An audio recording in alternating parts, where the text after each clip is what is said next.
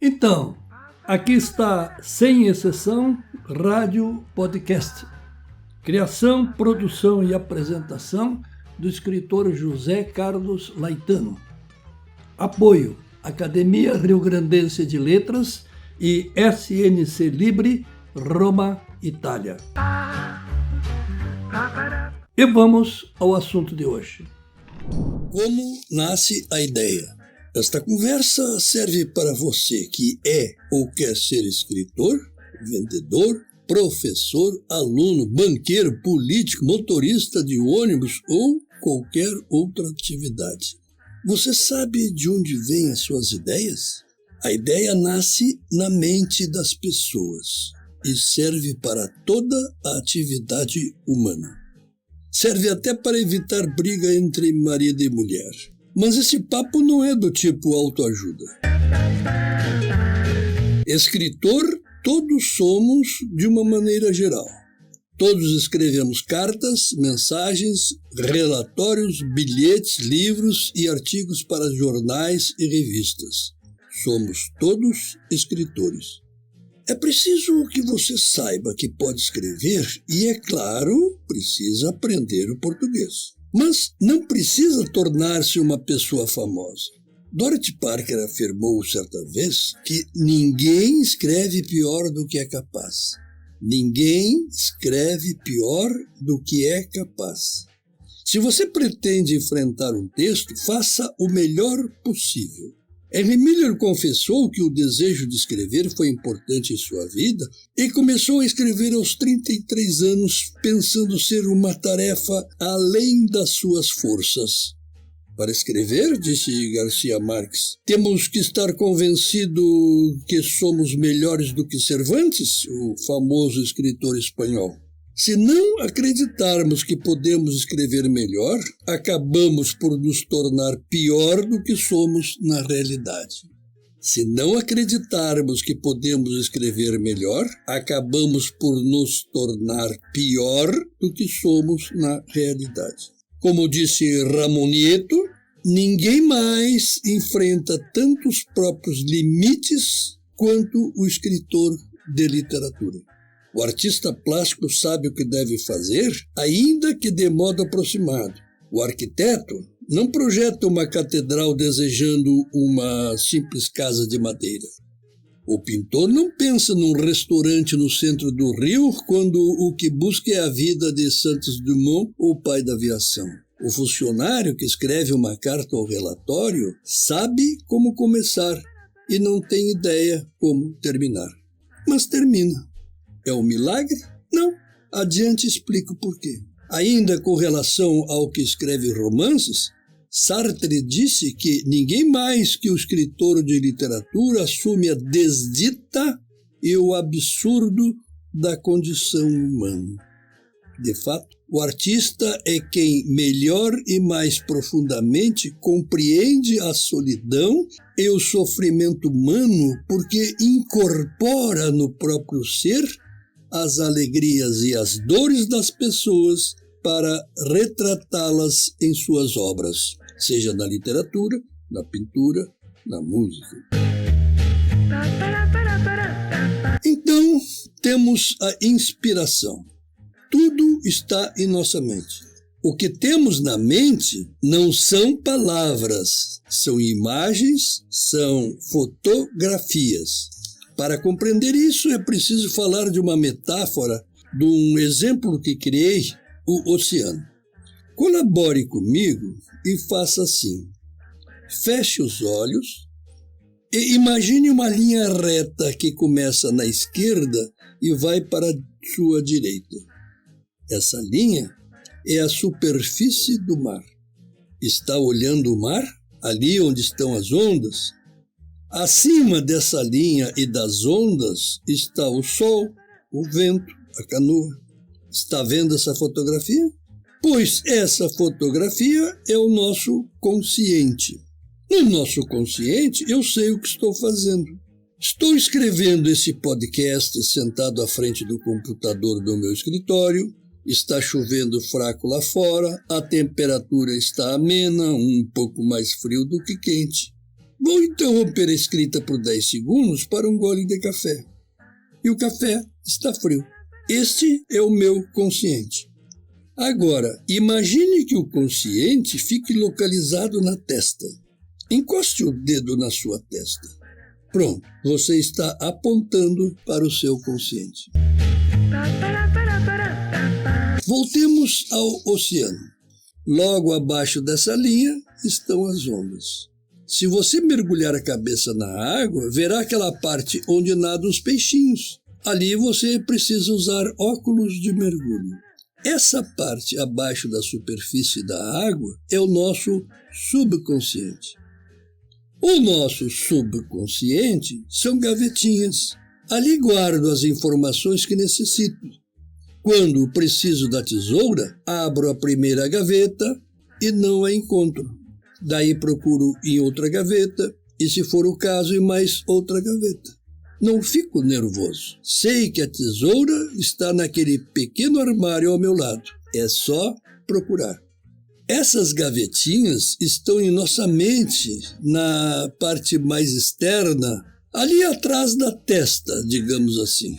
Quando alguém pergunta o nome da sua tia que mora em Florianópolis, talvez você não lembre na hora. Mas você sabe que conhece a resposta. Você conhece a tia e sabe o seu nome. Só precisa procurar nas gavetinhas. Precisa de tempo. Se tiver esse tempo, lembrará. Se você está no meio de uma conversa e dá um branco sobre o nome, você diz ao outro que continue a conversar. Logo, logo você lembrará o nome. O nome da tia está na ponta da língua. Você não fica nervoso. Numa prova de colégio ou de ingresso a emprego, você tem um tempo determinado para responder às questões. Daí você fica nervoso, esquece as respostas, começa a abrir as gavetinhas às pressas, nem olha direito e mais nervoso fica e menos consegue procurar. A não ser que você conheça a técnica que estou explicando e saiba organizar a procura. Usamos o consciente, ou seja, sei que estou fazendo e sei que possuo as informações necessárias. Só necessito de tempo para abrir as gavetinhas.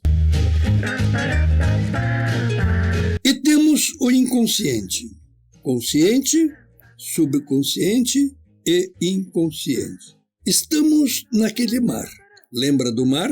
O barquinho, logo abaixo das ondas os peixinhos. Agora vamos lá para o fundo. Colocamos um escafandro e descemos até a região mais profunda do mar. Lá onde é um abismo, onde estão os peixes enormes, as plantas mais estranhas, os nossos medos, os nossos traumas, as nossas esperanças. Charles Baudelaire afirmou que todos os bons e verdadeiros pintores desenham a partir da imagem inscrita no próprio cérebro.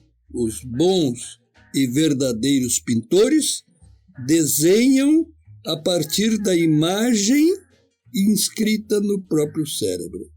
E Ana Segal diz que quanto mais profundas as camadas da mente que podem ser acessadas, mais rica, mais densa e flexível será a imaginação. Quanto mais profundas as camadas da mente que podem ser acessadas, mais rica, mais densa e flexível será a imaginação. Érico Veríssimo soube exemplificar como funciona essa metamorfose que ocorre em nossa cabeça. Disse ele em resumo: estava em Caracas e vi sair do elevador um homem de meia idade, assim, tipo indiático, metido em roupas novas compradas para a ocasião, e um chapéu gelô na cabeça. 9 anos mais tarde, tendo esquecido essa imagem, ou seja, tendo a imagem saído de minhas gavetinhas e caído no abismo do inconsciente, Estava querendo escrever sobre uma viagem à Grécia e simplesmente comecei a desenhar uma figura. E o homem do elevador ressurgiu e escrevi o senhor embaixador. O que aconteceu com Érico Veríssimo? Simplesmente, numa forma que explico mais adiante, ele permitiu que voltasse uma fotografia do inconsciente. A fotografia sai do fundo da mente e vem para as nossas mãos ou para a nossa boca, para a nossa escrita ou para a nossa fala. Da mente para as mãos ou para a boca, mas não diretamente. Digamos, para facilitar, que nascemos com a mente vazia, assim, tipo computador novo, apenas com os programas básicos. Desde a concepção, recebemos informações como carinho, temperatura ambiente, ruídos, música, algumas palavras e como mamar no seio da mãe. Essas informações recebemos ainda no útero da mãe e as guardamos. Agora atenção, na vida, tudo o que guardamos na mente entra na cabeça através dos nossos sentidos e sentimentos. Os sentidos você sabe: audição, olfato, paladar, visão e tato. Sentimentos são 6: amor, alegria, tristeza, raiva, medo, sexo. O sexo não é apenas o genital, sexo é a proximidade do corpo conosco e com os outros. É o perfume que sentimos no outro. É aquela sensação agradável quando estamos próximos do homem ou da mulher bonita. Quando percebemos uma árvore, o som de uma palavra, o texto do livro, o sorriso e a lágrima de outra pessoa, tudo captamos através dos sentidos e dos sentimentos. Nós usamos todos os sentidos ao longo do dia, mas a cada momento, às vezes a cada segundo, um sentimento prepondera sobre os outros. Algo que me é dito ou solicitado, posso receber como informação diferente, dependendo se estou com raiva ou alegria naquele instante. Ora, ninguém pede aumento de salário ao chefe irritado.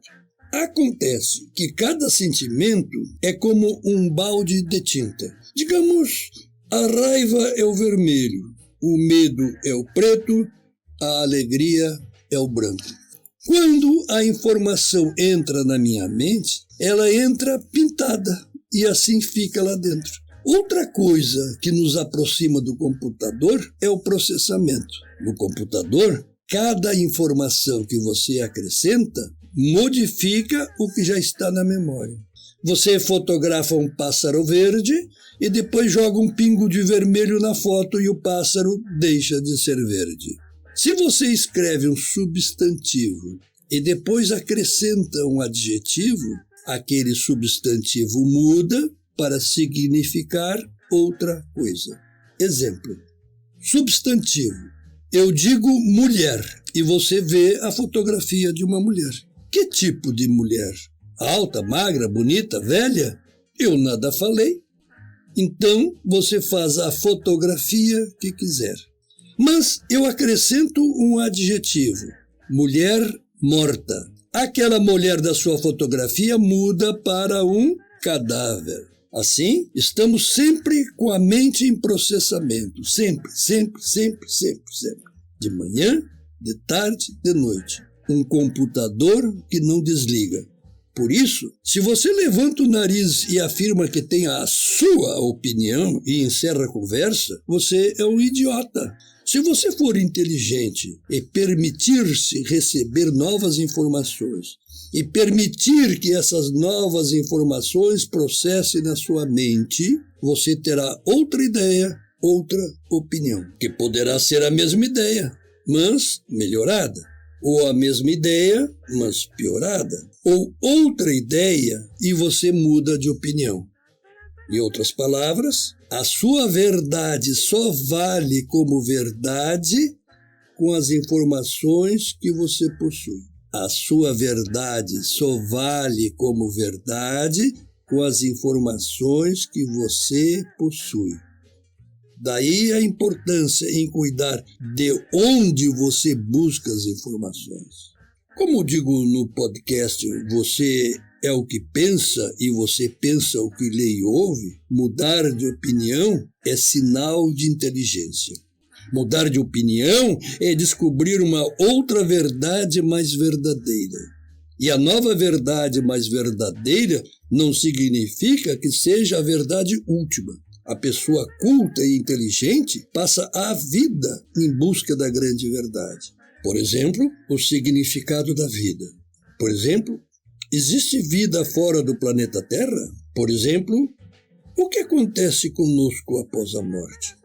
Em resumo, a qualidade da sua opinião ou da sua verdade depende de onde ou de quem você obteve as informações. Simples assim. Eu afirmei antes que pensamos por imagem, mas nós não nos comunicamos através da imagem. E esse é o problema. Nós pensamos por imagem e essa imagem vem para o nosso consciente através de palavras. Se sou um leitor, se eu ler livros bons, eu terei bom vocabulário. E quanto melhor meu vocabulário, melhor poderei transformar em palavras a imagem da minha mente. Esse é um problema para mim. Como pensar com palavras a ideia que veio da mente? Mas tem um outro problema maior ainda. Como transmitir para outra pessoa a fotografia da minha mente? E eu farei isso com palavras. Nós transmitimos nossa ideia a outra pessoa através da palavra. Se a ideia vem da mente como imagem e nós comunicamos essa ideia através da palavra, como isso acontece? Como se dá essa transformação? Bom, eu precisarei dedicar todo um podcast para explicar esse processo. Por enquanto, ficamos com a parte mais simples. Mas antes preciso ressaltar uma informação. As ideias, enquanto estão na mente, elas estão em intenso processamento, sempre se modificando. Se nós somos o que pensamos, então somos uma nova pessoa a todo o momento, a cada dia. O escritor, vamos retornar ao escritor, ao aluno, ao professor, ao juiz, ao bancário, ao vendedor. O escritor, enquanto a ideia está na mente, está sempre modificando a ideia, a imagem que lá existe. Quando a ideia desce para o consciente e escrevemos, falamos ou pintamos, nós congelamos a ideia na palavra, na música, no quadro da tela. E a ideia deixa de processar. A ideia desce para o consciente e escrevemos, falamos ou pintamos. E nós congelamos a ideia na palavra, na música, no quadro da tela. E a ideia deixa de processar. Eu, como escritor, aprendi a ser mandado pelo meu inconsciente, pela minha mente. Eu sou eu. O Laetano é apenas o corpo, a materialidade do eu. Se o Laetano começa uma tarefa e o eu sente algo meio amargo, o Laetano suspende a tarefa. O meu eu ainda não autorizou, porque sabe que não estou pronto. A fotografia não está completa. Pode demorar horas, dias, meses, anos. Por vezes o Laetano espera semanas ou meses para dizer algo a alguém, aguardando o momento em que aquela pessoa estará disponível para ouvir. E depois de ouvir, para compreender o que o Laetano disser. Se a pessoa não estiver preparada para ouvir, ela não compreenderá. Se for marido e mulher, só resultará em discussão e infelicidade. O romance Joseph o Judeu Errado demorei 24 anos para escrever. Escrevia e reescrevia. Guardava na gaveta e meses mais tarde retornava ao texto. Criação literária da ideia ao texto, como escrevem os grandes autores, o livro base deste podcast, demorei 20 anos para escrever. Foram 20 anos de estudo e de reescrita. Você usa o WhatsApp, por exemplo, e está trocando mensagem com alguém. E esse alguém começa a digitar e às vezes ele para e desiste. E você, quantas vezes começou a escrever uma frase, digamos com raiva, e na metade desistiu e apagou? Significa que está processando na mente se deve usar aquelas palavras, se o momento é adequado. Ou conclui que a frase ainda não está pronta, não reflete a fotografia que desceu da sua mente. Pode ser difícil transformar um sentimento em palavras. Não sei como dizer isso. Esta é a vantagem da escrita. Você pode consertar o escrito antes que o outro conheça o texto, antes que o outro saiba a sua ideia. Mas quando falamos, e quando falamos sem cuidado, dizendo o que surge na ponta da língua, pronto, o que foi dito, dito está. A palavra dita não pode ser modificada. Se ofendeu, ofensa já houve. O escrito, a vantagem do escrito é que permite você apagar quantas vezes quiser. A fala não tem conserto. No máximo, você tentará explicar que não era aquilo que queria dizer, mas o estrago está feito. Mas afinal, como a ideia sai da mente, do inconsciente e vai para o consciente? Como a ideia sai da mente e desce para a minha fala, para a minha pintura, para o meu texto? A ideia desce da mente através de um corredor. Esse corredor pode ser amplo ou estreito. Pode estar aberto e permitir a passagem da ideia, ou pode estar obstruído. Depende de você. Existe uma técnica que ensina como alargar, como desobstruir esse corredor? Que técnica é essa? Bem, antes devo falar do bloqueio. Quando você não consegue escrever ou pensar em algo que deva falar, você tende a pensar o pior. Pensa que sua ideia está bloqueada, que não conseguirá pensar em nada. Então diz para si mesmo, eu não vou conseguir. Você está com bloqueio criativo. Mas o bloqueio é ótimo, ele regula o nosso processo criativo, regula a descida da ideia da cabeça, dificulta que você faça porcaria. O que fazer quando surge o bloqueio? Imagine que você é estudante e está na sala de aula de uma prova. A professora faz uma pergunta ou apresenta uma questão de prova. Você sabe que conhece a resposta, mas ela não surge na sua cabeça, no seu consciente. Você tem um branco, como se diz. Aí você fica nervoso e aumenta o bloqueio. Isso tem solução. A solução tem o nome de disponibilidade. Sabe o corredor da mente até as mãos ou até a boca? Pois a disponibilidade acende a lâmpada e ilumina o corredor. Quando eu fazia concurso, eu me colocava em disponibilidade até sem saber que estava empregando uma técnica.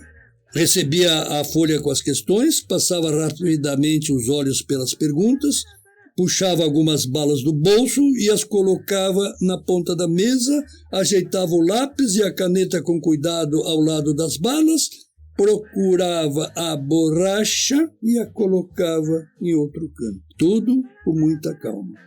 Os concorrentes estavam endoidecidos com os olhos colados na folha de prova e eu ali gastando tempo. O fiscal da sala vinha para perto, pensando que eu estava aprontando alguma sacanagem. Esse cara vai colar, devia pensar. Depois de 1, 2, 3 minutos, eu olhava a prova, procurava a questão cuja resposta eu sabia assim de cara. Depois outra que eu sabia mais ou menos. Quando terminava as barbadas, contava as respostas. Se fossem 10 questões e respondesse com certeza 5, estava ótimo. Depois seria no chute. Ao decidir responder no chute, eu estava aceitando que não teria tempo para examinar as gavetinhas do meu subconsciente. E isso me mantinha calmo. Manter-se calmo é manter o corredor da mente aberto. E acontecia de lembrar mais umas ou duas respostas, porque eu havia me dado tempo. O que eu fazia? Eu me colocava em disponibilidade e furava o bloqueio. Hoje sou escritor e escrevo narrativas longas no geral.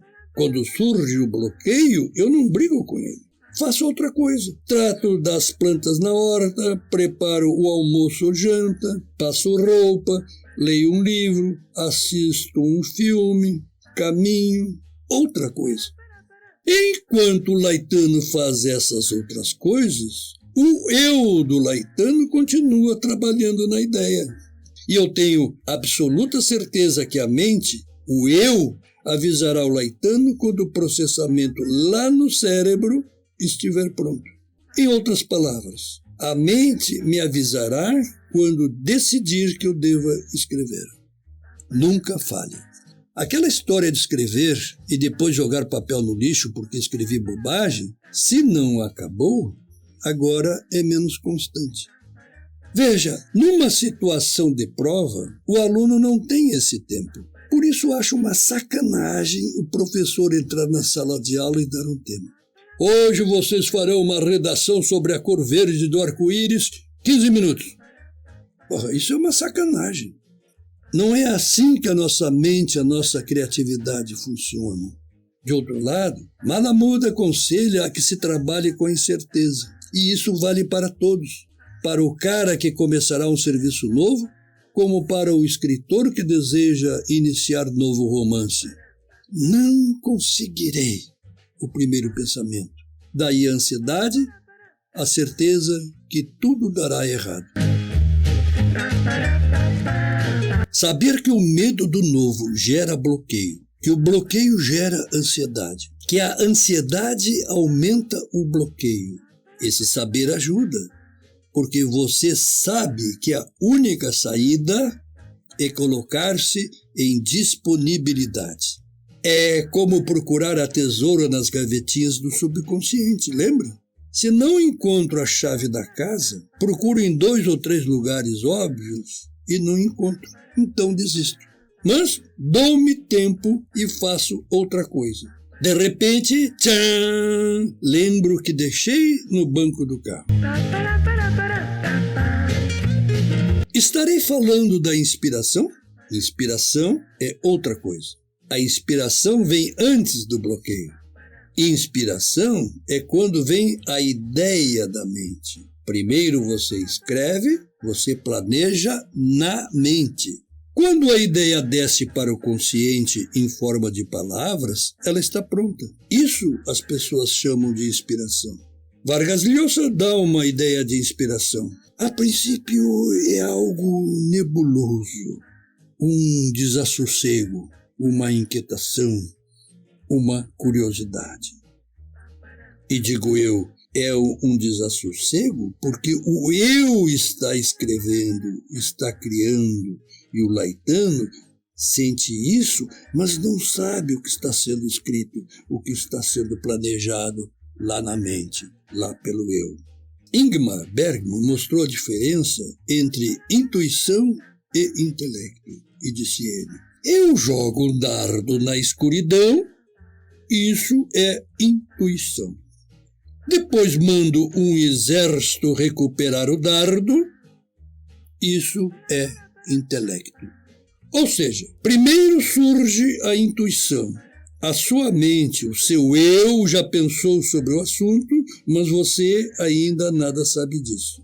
Depois que souber, vem a parte do intelecto e nesta segunda parte você estará lidando com o que conhece. Então, temos 3 assuntos para pensar: inspiração, bloqueio, disponibilidade. Em outros encontros poderemos tratar de cada tópico com mais vagar, se isso interessar a você.